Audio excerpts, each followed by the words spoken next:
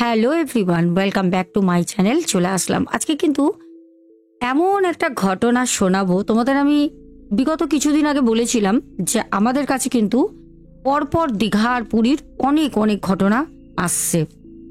আর এখন আমাকে তোমরা সবাই বলছো দিদিভাই সামনেই পুরী যাচ্ছি আর সামনে দোল আছে, দীঘা যাচ্ছি। তো অনেকেই বলছো যে তুমি নামগুলো জানাও। আমি কিন্তু অনেক কাউকে তোমাদের নাম বলে দিয়েছি, যতগুলো নাম আমার কাছে মনে ছিল। কিন্তু আমার কাছে যে ঘটনাটা আসে সেই ঘটনাটা শুনলে রীতিমতো কাঁপবে। হ্যাঁ, ঘটনায় যাওয়ার আগে সবাইকে বলবো একটা করে লাইক করে দাও, যারা এখনো পর্যন্ত ভালোবেসে চ্যানেলটাকে সাবস্ক্রাইব করোনি করে পাশে থেকো। তবে ঘটনায় যাওয়ার আগে কালকে কিন্তু আমার প্রচুর কাজ। কালকে হচ্ছে আমাবস্যার একটা যোগ আছে, আমাবস্যা পড়ছে, তোমরা সবাই জানো, সকাল 9টার দিকে। তো 27 তারিখ অ্যাকচুয়ালি আমাবস্যাটা দেখাচ্ছে, কিন্তু কালকে হচ্ছে মহাশিবরাত্রির যে কালকে কত ভালো কাজ হবে। কালকে আমার প্রচুর কাজ, কথাগুলো বলছে বোন আমার কাছ দিয়ে গত 1.5 মাস কি 1 মাস আগে কাজ করিয়েছিল। খুবই একটা প্রবলেমের মধ্যে ছিল, কাজ করানোর পর উপকৃত হয়। এবার সব থেকে বড় কথা, আমি আজ পর্যন্ত যাকে যাকে যা করে দিয়েছি প্রতি কটা মানুষ উপকৃত হয়েছে। সাথে তারা তারা এত উদার মনের, এখনো পর্যন্ত এরকম মানুষ আছে, না বললে নয়। আমরা সবসময় বলি আমরা নিজেদেরটা দেখি, পর মূল্য খেলো বাঁচলো আমার কি। কিন্তু আমি দেখেছি আমাদের যে ইউটিউবের পরিবার প্রত্যেকটা মানুষ মনে আমার মতো ভালো। সত্যি আমি নিজেকে নিজে বলছি, কারণ এনারা যে আমার কাছে উপকৃত হয়েছে, শুধু এনারা না, এনাদেরকে যারা এসে বলছে যে আমি এরকম প্রবলেমের মধ্যে রয়েছি, তুমি আমাকে সাহায্য করো, এনারা কিন্তু আমার কাছে নিয়ে আসে। কারণ এনাদেরকে বলে তুমি কি হয়, বন্ধু বান্ধব গল্প করে না, বান্ধবী যে আমার এরকম প্রবলেম ছিল, আমি সোনা দিদি ভাইয়ের কাছ দিয়ে আজকে উদ্ধার হয়েছি। তার প্রবলেমটা সে বলছে যে তুমি আমাকে ওনার কাছ দিয়ে উদ্ধার করে দাও। আর এক দাদা ভাইয়ের আছে, আগামী দিন আমি পারলে দেব। এরকম বহু মানুষের আছে। মানুষ একটাই কথা বলে, জানি না আপনার সাথে কথা বলার পর পজিটিভ একটা ভাইবস পাই, যেখানে পুরোটাই ভেঙে চুরমার হয়ে যায়, একটা ভাইবস পাই, জানি না কেন। আর এটা সবই মায়ের আশীর্বাদ। তো চলো ঘটনায় ফিরি। কালকে আমার অনেক কাজ আছে, আর এরকম ভাবেই মানুষ, আমি তোমাদের মূলত, তোমরা ভাববে দিদি ভাই আজকে ঘটনা শুরুতে এটা কেন শোনাচ্ছে। এইটা এই কারণে শোনাচ্ছি, কারণ একদিন মুখ ফসকে আমি আমার অলৌকিক যে ঘটনা বা অলৌকিক যে আমি করতে পারি কিছু, সবই মায়ের আশীর্বাদ, মুখ ফসকে বলে দিয়েছিলাম। তারপর থেকে তোমরা অসংখ্য মানুষ, আমি গুণে বলতে পারবো না কত মানুষকে আমি উপকৃত করেছি এখনো পর্যন্ত। আর হ্যাঁ, আর একটা কথা, যে মানুষের মুখে মুখে আমাকে এরকম ভাবে প্রচলিত হয়ে যাচ্ছি, আমি সেটার জন্য তোমাদের বলছি। মানে একজন আরেকজনের কাছ থেকে আমাকে বলছেন, মানে দিল্লি, মুম্বাই, মহারাষ্ট্র, দেন কোথায় কাশ্মীর পর্যন্ত মানুষ চলে গেছে। আমি ওখানেও পর্যন্ত চলে গেছি। মানে এটা সবই মায়ের আশীর্বাদ। মা কোথা থেকে কি করে দিচ্ছে, আর তোমাদের ভালোবাসা, আস্থা, বিশ্বাস, মাকে বিশ্বাস করো, সব হবে। তো চলো ঘটনায় ফিরি। আমাদেরকে ঘটনাটা আজকে পাঠায় হচ্ছে আমাদের শুভঙ্কর দাদাভাইয়ের বাড়ি হচ্ছে অশোকনগর হচ্ছে বনগা লাইন। দাদাভাই বলেন, আমি আমার ফ্যামিলিকে নিয়ে জানেন তো পুরী গেছিলাম 2015-য়।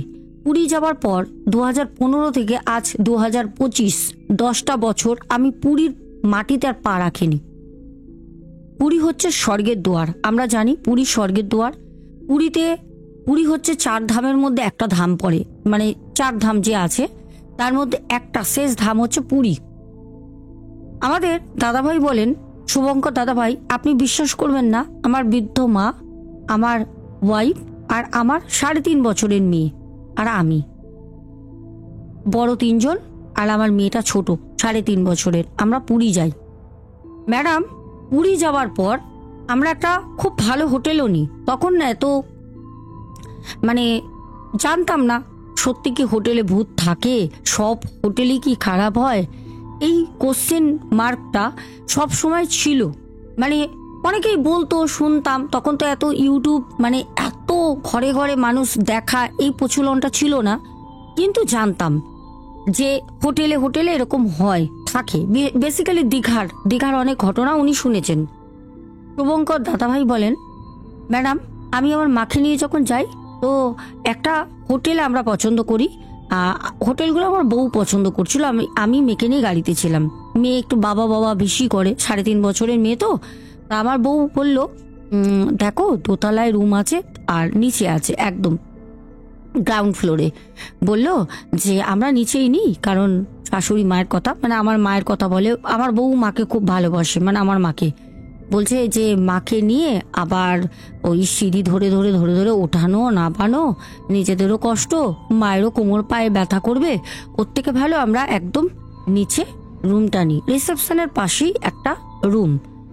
তো আমি তখন বললাম, তোমার যেটা ভালো লাগে তুমি সেটা নাও। মাকে বললাম, মা কোনো অসুবিধা নেই? মা বললো, না আরে কোনো অসুবিধা নেই। আমরা রিসেপশনের পাশে একটা রুম ছিল, ওই রুমটা আমাদেরকে খুলে দেয়, বললো নিচে এই রুমটাই রয়েছে, আর দোতলায় রুম রয়েছে, 3 তলায় রুম রয়েছে, নিচে একটাই রুম ছিল। আমরা রুমটা নিয়ে নিই। কিন্তু আমরা একটা জিনিস দেখলাম, রাত 8টার সময় রিসেপশন যে ছিল, পুরো রিসেপশন কিন্তু ফাঁকা, কেউ নেই। আমরা রাত 8টার সময় যখন বেরোলাম বাইরে, তখন দেখলাম ফাঁকা। তো আমি আবার আমার মিসেসকে বললাম যে হ্যাঁ এত রাত্রে কে আসবে, দেখো পুরো ফাঁকা, রিসেপশন পুরো ফাঁকা, শুধু ফ্যান চলছে, ফাঁকা, কেউ নেই। এমনকি রিসেপশন বলে না, নিচে যে গ্রাউন্ড ফ্লোরটা, নিচে কাউকে দেখতে পাচ্ছি না, পুরো ফাঁকা, মনে হচ্ছে হোটেলে ওই আমরা 4 জনই রয়েছি। যাই হোক, আমরা বেরোলাম, বেরিয়ে আমরা ঘুরে ঠুরে একটু সমুদ্রের ধারে বসে কিছু খাবার দাবার কিনে নিয়ে আমরা চলে আসি হোটেলে ওই 9:30টার দিকে। যখন আসি রুমে, তখন আমার মিসেস বলল যে দেখো না, মেয়েটার জন্য 2টো ওষুধ কেনার ছিল, ওর মনে হয় পেটটা ব্যথা ব্যথা করছে। কেন ও না থেকে থেকে একটুখানি কেঁদে কেঁদে উঠছে, 3.5 বছরের বাচ্চা মেয়ে তো, অতটাও মানে এক্সপ্লেন তো করতে পারে না কি হচ্ছে। আমাকে বলল, তুমি সামনে দেখো না, একটু বেরিয়ে ওষুধ তো আছে দোকান, একটুখানি ওর জন্য মেডিসিন নিয়ে আসো। আমি তখন বললাম যে একবারে বলতে পারো না, মানে আমারও তো শরীরটা টায়ার্ড না, কারণ মেয়েকে আমি কোলে কোলে নিয়ে ঘুরছি, সাথে আমি ব্যাগপত্র নিয়ে ঘুরছি, তো সেখানে গিয়ে তো আমার সত্যি কথা শরীরে তো আমারও কষ্ট হচ্ছে। তো আমি বলতে তখন আমার মিসেস বলল, তাহলে একটা কাজ করো, তুমি মেয়ের সাথে থাকো, আমি ছুটে গিয়ে নিয়ে আসছি। আমি যে যাও গে। তো সত্যি কথা বলতে 9:30 বাজে, আর যেই হোটেলটাই ছিলাম একদম রোডের ওপরে, মানে কোনো গলি টলিতে না। তো বেরোলেই আমার বউ মোটামুটি আশেপাশে খুঁজলেই পেয়ে যাবে। তো ও না ছুটে গেল। জাস্ট 10 থেকে 12 মিনিট পর ও এসে আমাকে বলল, এই গেটের মধ্যে কেউ কি নক করছিল নাকি গো? হ্যাঁ। আমি তখন বললাম, কে গেটে নক করবে, কি যাতা কথা বলছো? ও আমাকে বলল, একটা মেয়ে গেটের সামনে দাঁড়িয়ে ছিল, আমাকে দেখে না উপরে উঠে গেল। হ্যাঁ, আর পুরো গেটের সামনেই দাঁড়িয়ে ছিল, রুমের গেটের সামনে। মনে হচ্ছিল যেন রুমের গেটের সামনে ওর মানে দেখার চেষ্টা করছে ভিতরে কিছু, কেন ভেজানো ছিল। আমি তখন বললাম, হতে পারে, অনেকে আসে ঘুরতে, অনেক রকমের, ঘুরতে ঘুরতে হয়তো নেবেছে উপরে, ওরা হয়তো 2তলায় 3 তলায় রয়েছে, হয়তো নিচে এসে একটু দেখছিল হয়তো, কেন হাফ পাকা চলছে তো ভিতরে। তো দরজাটা রুমের আস্তে আস্তে পর্দা দেওয়া রয়েছে, তো মানে কিছুটা সময় হাওয়ায় সরে যাচ্ছে, আবার আবার আটকে যাচ্ছে, তো হতে পারে ও দেখছিল, অনেকেই আছে দেখে। তো আমি আবার তখন বললাম যে বড় মেয়ে? বললো হ্যাঁ, ওই 17-18 বছর মনে হয় হবে, এরকমই তো দেখলাম। তারপর না আমরা কথাটা পুরোটাই ভুলে যাই। রাতের বেলা রুটি, আমরা মাংস, তারপরে চাউমিন, অনেক খাবার এনেছিলাম, যে যেরম খাবে। তো শাশুড়ি মায়ের জন্য ওখান থেকে ঘুগনি নিয়েছিলাম আর রুটি, কেন মা রাতে মাংস টাংস খান না, আর বাইরে গেলে তো মা খান না, মা বলে কি না কি হবে, কিসের মাংস, ঘৃণা পান। তো সেখানে দাঁড়িয়ে মাকে রুটি আর ঘুগনি দিই, মা খেয়ে নেয়, মেয়েকে নিয়ে বসে আছে, মেয়েকে ওষুধও খাওয়াই, খাবারও খাইয়ে দিই। আমি আমার হাজবেন্ড ওই 2টো রুটি ছিল দুজনে নিয়েছি, আর চাউমিন এনেছিলাম, আর ওই পুরীতে সি বিচের ধারে দেখবে খুব সুন্দর চিকেন রোস্ট পাওয়া যায়, চিকেন রোস্ট কিনে এনেছিলাম। তো ওগুলো আমরা খাচ্ছি।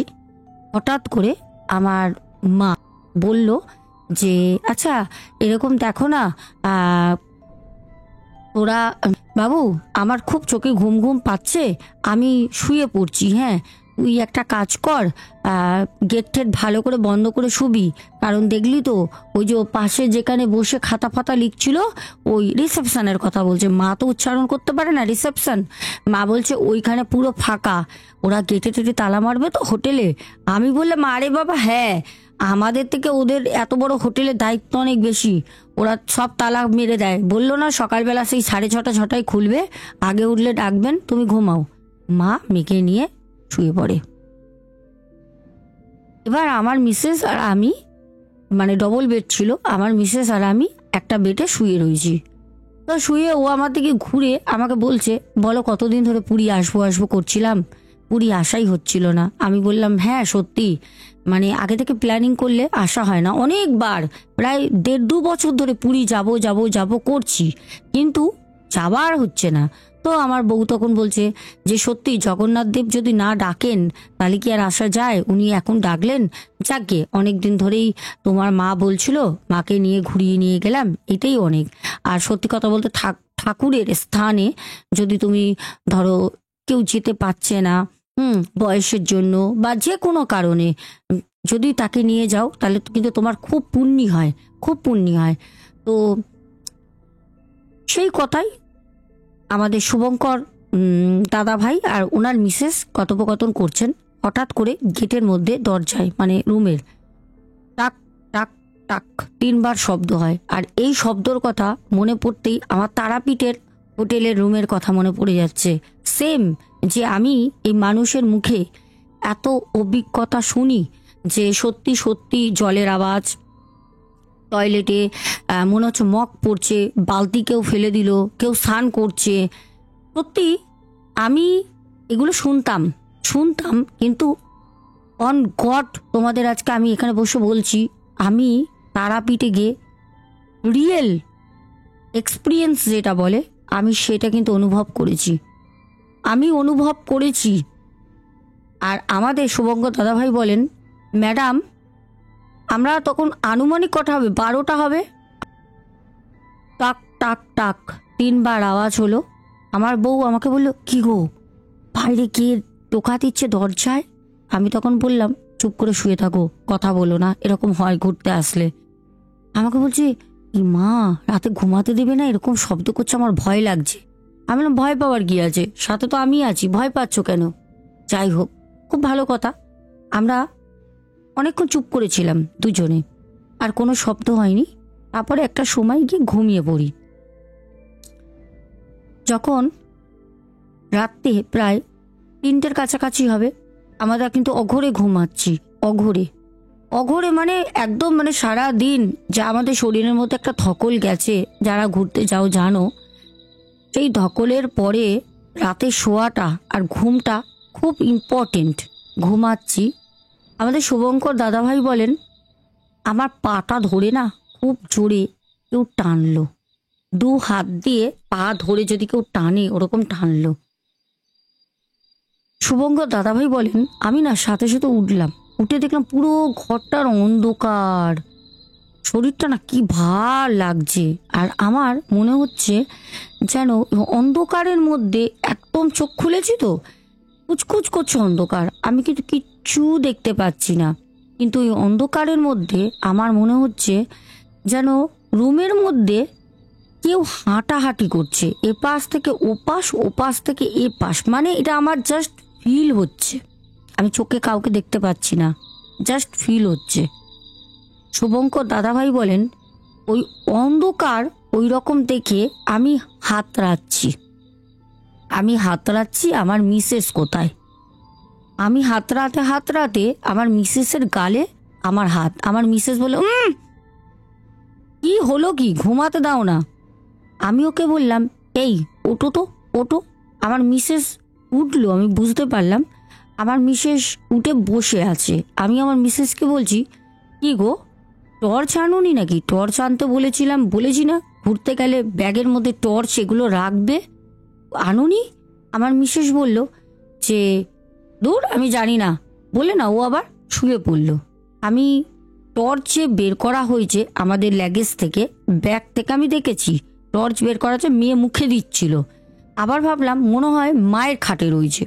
আমি আমার বেড থেকে বসেই আমি বলছি, ও মা, মা, ও মা, ও মা, মাকে ডাকছি। মা পাশাপাশি একই রুমে পাশাপাশি বেডে, মায়ের কোনো সারা শব্দ নেই। আমি ভাবলাম ক্লান্ত শরীর, মা মনে হয় ঘুমাচ্ছে, দূর আমিও শুয়ে পড়ি। আমি যখন শুয়ে পড়ি তখন আমাদের দাদাভাই বলেন, ম্যাডাম এত ভয়ঙ্কর একটা ঘটনা ঘটলো, বিশ্বাস করবেন না। আমি আমার মিসেসের দিকেই ঘুরে শুই, আর আমি হাতের মধ্যে হাতটা দিয়ে রাখি, কারণ সত্যি কথা বলতে একটা অজানা জায়গা, সেখানে ওরকমভাবে রাতের বেলা হঠাৎ ঘুম ভাঙার পর দেখি পুরোটাই অন্ধকার। একটা ভয় তো কাজ করছেই। তার মধ্যে প্রথম থেকে আমার মিসেস বলেছে কেউ গেটে বাইরে দাঁড়িয়েছিল, কেউ টোকা দিচ্ছে, সেটা আমরাও শুনেছি। একটা ভয় কোথাও গিয়ে কাজ করছে। আর এই হোটেলগুলো যে হন্টেড হয়, হোটেলে যে আত্মা থাকে, এটা আগাগোড়া মানুষ জানে, নতুন না যে আজকে মানুষ জানছে, আগাগোড়াই জানে। শুভঙ্কর দাদা ভাই বলেন, আমি যখন আমার বউর হাতটা ধরে ওই বউর দিকে ঘুরে যখন আমি শুয়ে চোখটা বন্ধ করি, অন্ধকার, কি তাকিয়ে কোন দিকে তাকাবো, সব তো অন্ধকার। আমি যখন চোখটা বন্ধ করি সাথে সাথে দেখলাম আলোটা জ্বলে উঠল, মানে কারেন্টটা চলে আসে। চোখটা খুলতে দেখলাম আমার মিসেস নেই। আমার বুকটা না ধরাস করে উঠল। কি হলো? আমি তোর হাত ধরেছিলাম, জাস্ট সেকেন্ড, আমার মিসেস নেই। আমি না মুখে কথা বলতে পারছি না, সব থেকে মাথায় ঘুরছে সেটা, আরে এই অন্ধকারের মধ্যে আমার মিসেস গেল তো গেল কোথায়? যদি ওকে আমি ডাকলাম, ও বললো ধুর করে শুয়ে পড়লো। যদি ও ওয়াশরুমে যায়, একা ওর তো সাহসে কোলাবে না, এই অন্ধকার এর মতো কি করে যাবে? আর টর্চও নেই ওর কাছে। মাকেও ডাকলাম, মা উঠলো না। আমার তো ভয়তে না পুরো মানে হৃৎপিণ্ড আমার মনে হচ্ছে বেরিয়ে চলে আসবে, এত জোরে হৃৎপিণ্ড আমার কাঁপছে। হঠাৎ দেখলাম আমার মিসেস বাথরুম থেকে বেরোচ্ছে, বাথরুম থেকে। আমি বললাম, কি গো, কি গো বাবা, অন্ধকারের মধ্যে তুমি চলে গেছো বাথরুমের মধ্যে? আমার মিসেস না আমার দিকে তাকালো, কিরকম ভাবে তাকালো, এরকম করে ঠিক, হ্যাঁ, তো চুলগুলো ছাড়া, ওরকম করে তাকিয়ে না কোনো কথা বললো না, এসে না চুপচাপ আমার দিকে পেছন ঘুরে শুয়ে পড়লো। আমি না ওকে আর বেশি কথা বললাম না, কি জানি কথা বলছে না কেন, কখনই বা উঠে গেল। আমি না সারাটা রাত ঘুমাইনি, ওই এক জিনিস না ভাবছি, আরে আমি তো ওর হাতটা ধরে শুলাম, কারেন্ট আসলো, কিন্তু চোখ খুলে দেখলাম আমার মিসেস নেই। তারপরে ও বাথরুম থেকে আসছে, আমার সাথে কথা বললো না, ওরকম ভাবে তাকালো। একটা জিনিস দর্শক বন্ধু তোমরা ভাববে, আজকে তোমাদের ঘটনাটা বলছি, আমার গা হাত পাটান অবশ হয়ে যাচ্ছে, জানি না কেন। আর এই ফিলিংসটা হয়তো হচ্ছে কারণ আমি তারাপীঠে হন্টেড হোটেল ভিজিট করে এসেছি, সামনে আর এক জায়গায় যাব। কিন্তু সব থেকে বড় কথা, ফিলিংসটা বোঝো। আজকে এই ফিলিংসটা যদি আমাদের শুভঙ্কর দাদা ভাইয়ের সাথে হয়েছে, ফিলিংসটা যদি ধরো তোমাদের সাথে হতো, হঠাৎ ঘুমাচ্ছ, তার আগে গেটে টোকা, তারপরে মধ্যরাতে হঠাৎ ঘুম ভেঙে যায়, দেখছো পা ধরে কেউ টানছে, ঘুম ভাঙলো, তারপরে দেখলে পুরো ঘর অন্ধকার, কিরকম ফিলিংস হতে পারে? মনে হচ্ছে ঘরের মানে রুমের মধ্যে কেউ হাঁটাহাঁটি করছে, পাশে মিসেস রয়েছে, কিন্তু কারেন্ট আসাতে দেখছো মিসেস নেই, সে ওয়াশরুম থেকে আসছে, তাহলে কাকে ধরে এতক্ষণ শুয়েছিল? দাদাভাইয়ের কিন্তু সব কিছু মাথায় রেখে দাদাভাই সারা রাত ঘুমাননি। দাদাভাই সকালবেলা 6টার সময় জেগেই থাকেন, 6টার সময় মাকে ডাকে, আগে মাকে গিয়ে বলছে, ও মা, মা ওঠো না মা, ওর সাথে কথা ছিল। যতই সন্তান বড় হোক, মা একটা আশ্রয়ের জায়গা, একটা শান্তির জায়গা। তখন দাদাভাইয়ের মা উঠে বসে, উঠে বলছে যে কি হয়েছে রে, কি হয়েছে বাবা? তখন দাদাভাই বলে যে আসলে মা, কালকে রাতে না জানো একটা এই রুমে একটা জিনিস ঘটেছে। তখন এই কথা যখন বলছে, দাদাভাই বলতে বলতে বলছে, আমি যখন আমার খাটের দিকে ঘুরি, আমার মিসেস কিন্তু আমার দিকে তাকিয়ে রয়েছে ফ্যাল ফ্যাল করে। ও কিন্তু কথাগুলো শুনছে, এক সাইড হয়ে এরকম করে শুয়ে আমার দিকে ফ্যাল ফ্যাল করে দেখছে, কোনো সারা শব্দ কিন্তু দিচ্ছে না। ও কিন্তু বলছে না যে হ্যাঁ ঠিকই তো, রাতের বেলা কারেন্ট ছিল না, আমি উঠেছিলাম, বা কিছু কিছু কিছু কিচ্ছু বলছে না। দাদাভাই ওনার মিসেসের তাকুনি দেখে প্রচণ্ড ভয় পায়।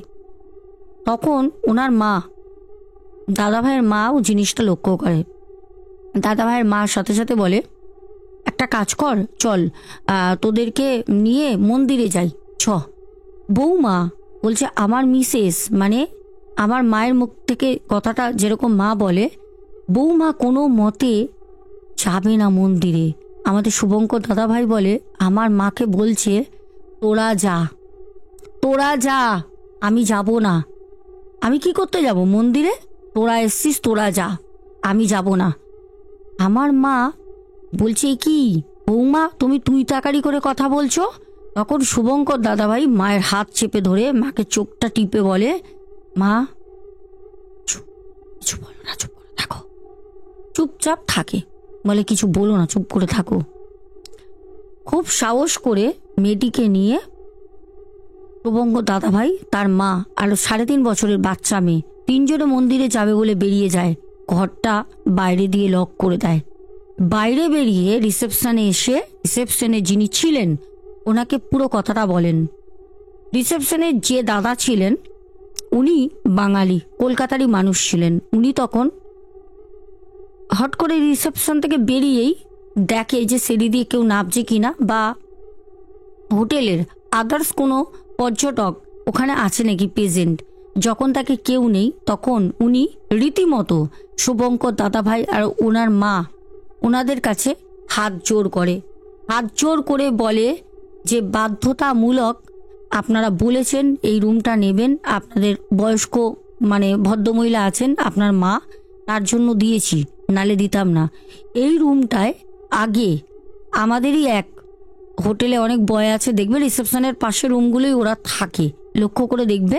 ওই রুমের মধ্যে দেখবে বালিশ, তারপর কম্বল, কাঁথা, মশারি এগুলো থাকে, ওরা ওই রুমের মধ্যে থাকে, যেটা বলা হয় মানে স্টাফ রুম, হোটেল বয়রা থাকে। তখন ওই কলকাতার যিনি রিসেপশনে ছিলেন উনি তখন বলেন যে এখানে অনেক আগে একটি ছেলে, অনেক ছেলেই থাকতো কিন্তু একটি ছেলে কাজ করতো হোটেলে। হোটেলে ওই চাদর ধোয়া, কাচা, সিঁড়ি মোছা এসবের কাজ করতো অনেক আগে, প্রায় 5-7 বছর আগেকারের ঘটনা। ছেলেটা বাঙালি ছেলে ছিল, মানে বাড়ির ঝামেলার জন্য বেরিয়ে চলে এসেছিল। কাজ খুঁজতে খুঁজতে খুঁজতে খুঁজতে প্রথম দীঘা যায়, দীঘাতে কিছুদিন কাজ করে, তারপর উড়িষ্যায় কটকে একটা জায়গায় কাজ করে হোটেলে। তারপর ওখান থেকেই যোগাযোগ করতে করতে করতে এই হোটেলে এসে পড়ে ছেলেটা। এখানে এসে প্রায় ছেলেটা 1.5-2 বছর কাজ করে। তারপর এইখানেরই একটা উড়িয়া মেয়েকে, ওই বাঙালি ছেলেটার, কলকাতারই ছেলে, ভালো লাগে। সেই ছেলেটা ওই মেয়েটাকে বিয়ে করে। বিয়ে করার পর এই রুমের মধ্যেই থাকতো।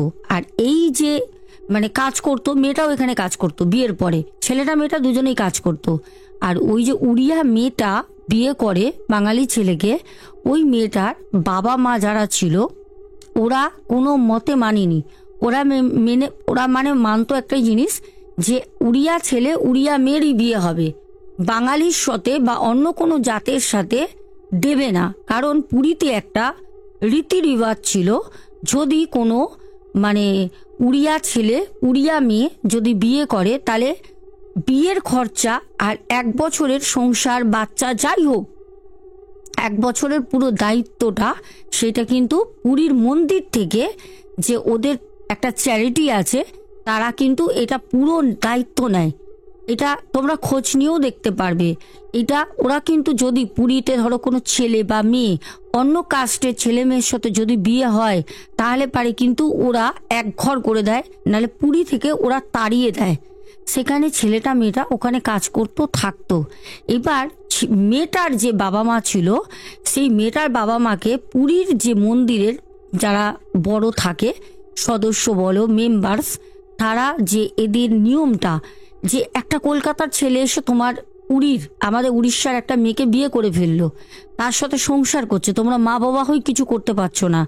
তো ওই মেয়েটার মা বাবাকে মন্দিরে যে কীর্তপক্ষরা থাকে তারা প্রচুর প্রেসার ক্রিয়েট করতে থাকে, প্রচুর প্রেসার ক্রিয়েট করতে থাকে। আর ওই মেয়েটার বাবা মেয়েটাকে অনেক করে বোঝায় যে তুই আমাদের সাথে চলে আয়, আমরা আমাদের কাস্টের উড়িয়া ছেলেদেরকে বিয়ে দেবো। কারণ দিলে পারে মেয়েটার বাবা মাও একটা টাকা পাবে, সাথে ছেলেটা মেয়েটা একই জায়গার একই কাস্টের বিয়ে হবে।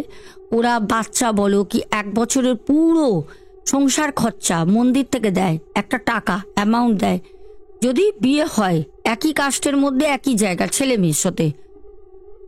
বাবা মা অনেক করে বলতে মেয়েটা ভালোবাসা, ওই যে ভালোবাসা পাগল, কোনো মতে মানিনি। প্রথমে ভালো ভালো করে বলে শুনিনি, পরে খুব মানে খারাপভাবে ব্যবহার করে মেয়েটার সাথে, মারধর করে ওই হোটেলের রুমে এসে অনেক মারে মেয়েটার বাবা, তারপরে ওখানে জ্যাঠা কাকা আরো পাড়ার যারা ওদের কাস্টের লোকজন আছে উড়িয়া মেয়েটাকে মারধর করে।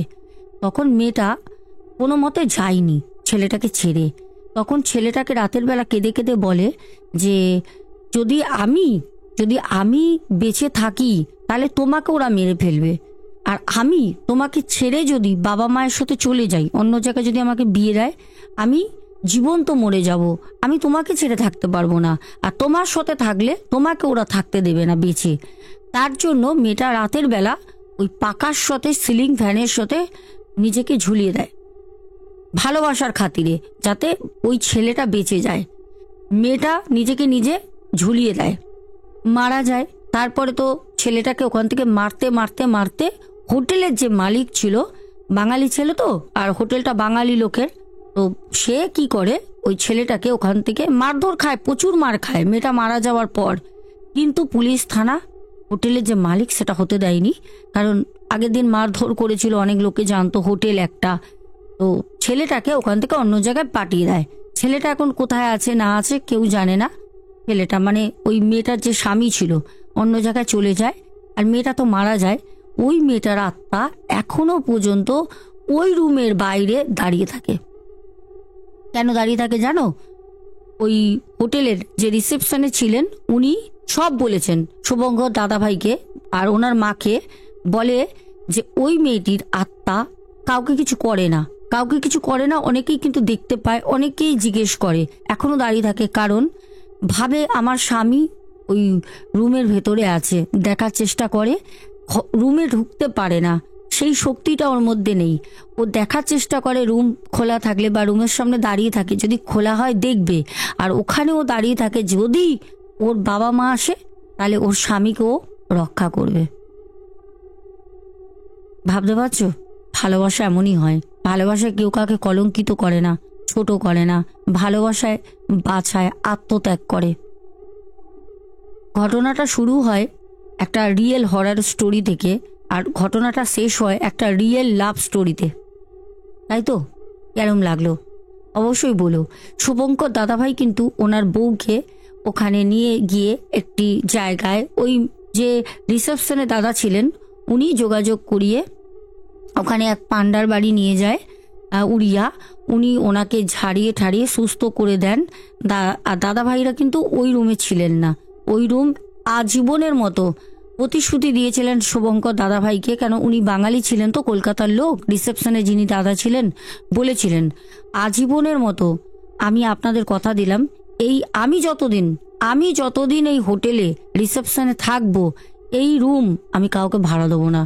ওই রুম তালা মেরে দেওয়া হয়, ওই রুম তালা মেরে দেওয়া হয়। আজ তালা আছে কি ওই দাদা রিসেপশনে আছেন কি না জানি না, কিন্তু হোটেলের নাম আমি জানি। আমাকে তোমরা ইনস্টাতে অথবা হোয়াটসঅ্যাপে ডিএম করো, আমি জানিয়ে দেবো। ঘটনাটা কেমন লাগলো অবশ্যই জানিও। আমার তো খুব ভালো লেগেছে। এত ঘটনা পেয়েছি দীঘা পুরীর, কিন্তু এই ঘটনাটার মধ্যে যেরম ভয় আছে সেরম বেদনাদায়ক একটা লাভ স্টোরি আছে, যার এন্ডিংটা মৃত্যু দিয়ে হয়। স্বামীকে বাঁচাতে গিয়ে বউটি নিজেকে শেষ করে। সাথে দেখো কাস্ট আলাদা। কে বলে এক জাতের সাথে আর এক জাতের মিল হয় না? কে বলে এক ধর্মের সাথে আর এক ধর্মের ভালোবাসা হয় না? ভালোবাসা এরমই। ভালোবাসা সব ধর্মের সাথে হতে পারে, সব জাতের মানে সব রকম মানুষের সাথে হতে পারে। ভালোবাসা কখনো বড় লোক গরিব দেখে না, ভালোবাসা এইখান থেকে হয়, অন্তর থেকে। চলো কমেন্টটা পড়ি। ঘটনাটা মানে সত্যি শেয়ার করতে করতে কোথাও গিয়ে হ্যাঁ বুকের ভিতরটা না তা মানে ভারী হয়ে আসলো। সত্যি বলছি, ভালোবাসা এই ভালোবাসাকে মানুষ কতভাবে নোংরা করছে। আচ্ছা চলো, কালকে প্রথম কমেন্ট করেছো পারমিতা সাহা। আচ্ছা, তারপর প্রদীপ দাস, মধুমিতা মাইতি, তারপরে রেশমি ব্যানার্জি, তারপর কমেন্ট করেছো রীতা বেরা, অনেকদিন পর, কি ব্যাপার রীতা। তারপরে সিংখা বণিক, অমৃতা সরকার, মৌমিতা দাস, তারপরে নিতা বসু, আচ্ছা অনেকদিন পর নিতা, তারপরে আমাদের পিয়ালি ভারদ্বাজ কমেন্ট করেছো, তারপরে আমাদের মিতালি মিস্ত্রি কমেন্ট করেছো। আচ্ছা, কমেন্টে উত্তরও দিয়েছো, হ্যাঁ ঠিকই বলেছো, 56 বছর ছিল, আর চপমুড়ি নিয়ে যেই দাদা যাচ্ছিলেন ওনার নাম আনন্দ দাদা ছিল, একদম ঠিক। শোভা ডি কস্টা, তারপরে কমেন্ট করেছো অরূপ ভট্টাচারিয়া, সুয়েতা সাউ, সঙ্গীতা দিদিভাই দুটো কমেন্ট করেছো, তারপরে জয়শ্রী ঘোষ দিদিভাই অনেকগুলো রেড হার্ট দিয়েছো, তোমাকে অনেক ভালোবাসা। সারিনা উদ্দিন বলেছো 56 বছর আর আনন্দ কাকা। আচ্ছা, রঘুনাথ ভাই বলেছো অশোক দাদা ভাইয়ের কাছে না, সরি, অশোক দাদা ভাইয়ের এজ ছিল 56 ইয়ার্স অ্যান্ড দাদা ভাইয়ের নাম ছিল গৌতম দাদাভাই। গৌতম দাদাভাই না, ভুল বলেছো। আচ্ছা, প্রিয়াঙ্কা কমেন্ট করেছো, তারপরে ফুলেশ্বরী চক্রবর্তী আমাদের দিদিভাই কমেন্ট করেছো। আচ্ছা, আনন্দ আনন্দ কাকুই ছিল, ঠিক বলেছো। তারপরে উমা ঘোষ কমেন্ট করেছো, তারপরে উদিতা দি কমেন্ট করেছো, একদম সঠিক। আচ্ছা, ঋতুরাজ রয় কমেন্ট করেছো প্রথম, বলেছো কি প্রথম ঘটনা শুনেই আমার হাত পাও কাঁপছে, ও মাই গড, সত্যি ঘটনাটা কিন্তু সত্যি ক্রিপি ছিল। আর ঋতুরাজ, তোমার নামটা কিন্তু খুব সুন্দর। আচ্ছা, সোহিনী রয় বলেছো দিদিভাই ঘটনাটা খুব ভালো লাগলো এবং ভীষণ ভয়ের ছিল। যিনি ঘটনা শেয়ার করেছেন তার 56 বছর বয়স, আর যাকে তাড়া করেছিল তার নাম হলো আনন্দ কাকা, আর সাথে ওরে মা কতগুলো রেড হার্ট দেখো। বোন, তোমাকে অনেক অনেক ভালোবাসা আমার বোন সোহিনী। আচ্ছা, তারপরে স্বর্ণালী বলেছো কমেন্টে যে তোমার গল্পটা দারুণ ছিল। আচ্ছা, তারপরে সন্ধিয়া মণ্ডল বলেছো তুমি কেমন আছো বোন, আমি আগের থেকে অনেক ভালো আছি, তোমাদের ভালোবাসা আর তোমরা যে মাকে এত করে আমার জন্য প্রার্থনা করেছো, বড় মা শুনেছেন, আমাকে খারাপ রাখতে পারেন। সন্ধিয়া মণ্ডল, তারপরে কমেন্ট করেছো নন্দিতা সিংহ, তারপরে রোহিত কমেন্ট করেছো, অনেকগুলো রেড হার্ট দিয়েছো। আচ্ছা, তারপর সন্ধিয়া মণ্ডল, সোমা দাস পরিবার থেকে, বাবলি মল্লিক, আর তারপরে অলোক ঘোষ বলেছো হাই সোনা, কেমন আছো, আমি ভালো আছি, তোমরা কেমন আছো, খুব ভালো থেকো। আজকের মতো আসবো, সব ভাইয়ের সাথে দেখা হবে আগামীকাল ঠিক দুপুর 3টের সময়। এখনের মতো টাটা, গুড নাইট, আর লাভ ইউ অল।